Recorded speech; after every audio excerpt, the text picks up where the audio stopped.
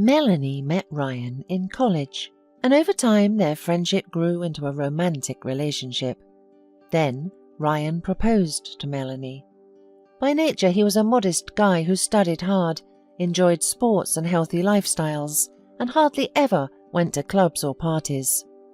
Melanie was the same type, so it was no surprise that they decided to get married at an age when many of their peers preferred partying.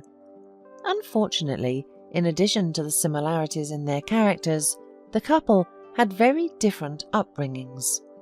Melanie spent her childhood and youth in a small town. Her parents raised 5 children. There was always joy and love in their home, and the mother, who was a housewife, had a good disposition. Ryan was raised only by his mother. Helen held an executive position in a large company and was accustomed that people were listening to her and obeying her commands.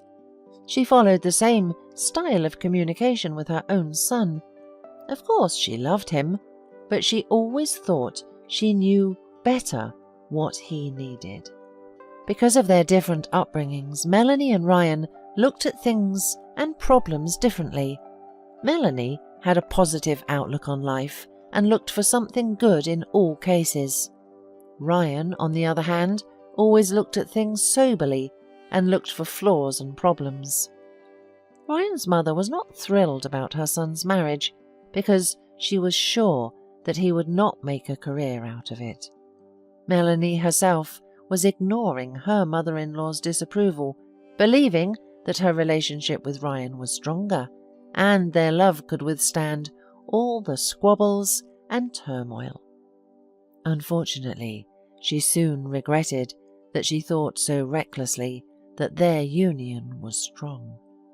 Upon learning of the pregnancy, Melanie was over the moon. At first, Ryan was overjoyed too, but after sharing this happy news with his mother, he soon changed his mind. Not daring to look into Melanie's eyes, he said guiltily that his mother had advised them to postpone having children because they were still young and just starting to build a career. Melanie was shocked by Ryan's hint and simply walked out of the room, leaving her husband alone.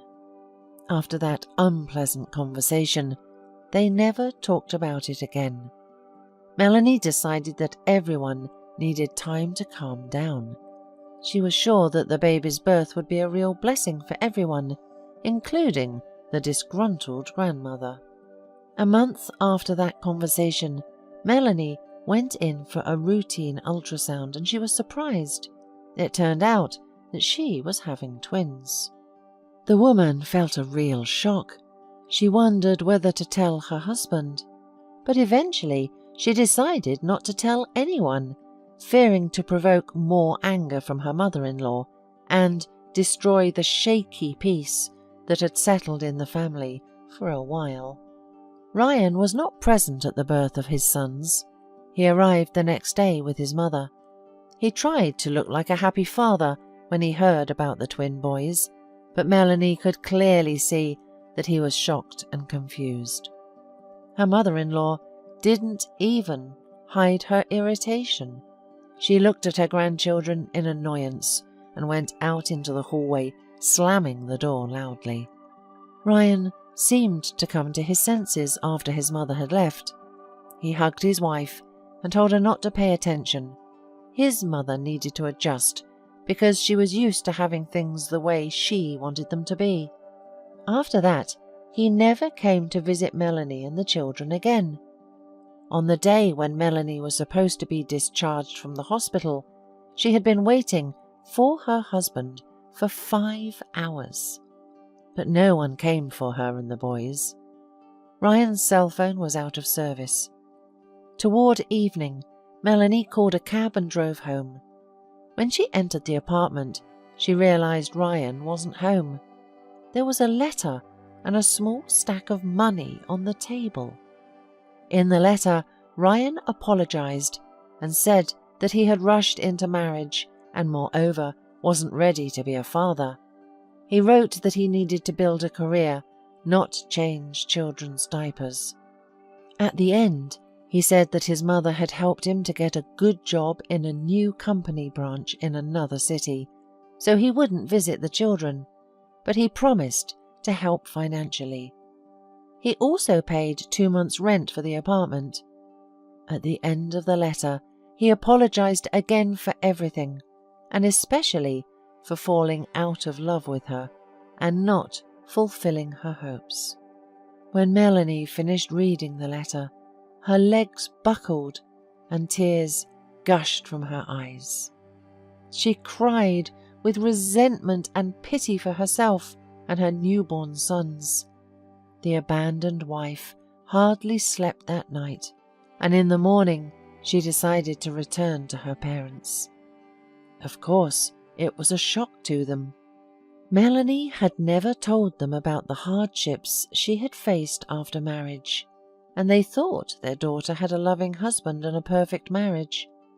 The first 6 months were a nightmare for Melanie. She thought that she was going quietly insane and that the baby's cries would never stop. But thanks to her mother's support, she survived this difficult time, and then it was easier. Ryan showed up 5 years later. The ex-husband had changed beyond recognition. He looked 10 years older, had turned a little grey, and it was obvious that he had given up the healthy lifestyle he used to lead.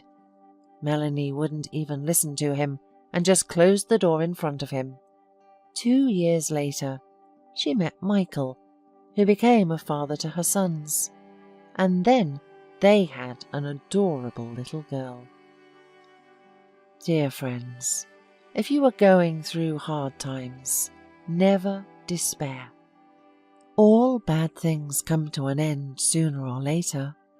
Believe that there will be a happy life ahead of you, because the sun always appears after the rain, and behind the darkest clouds there is a rainbow.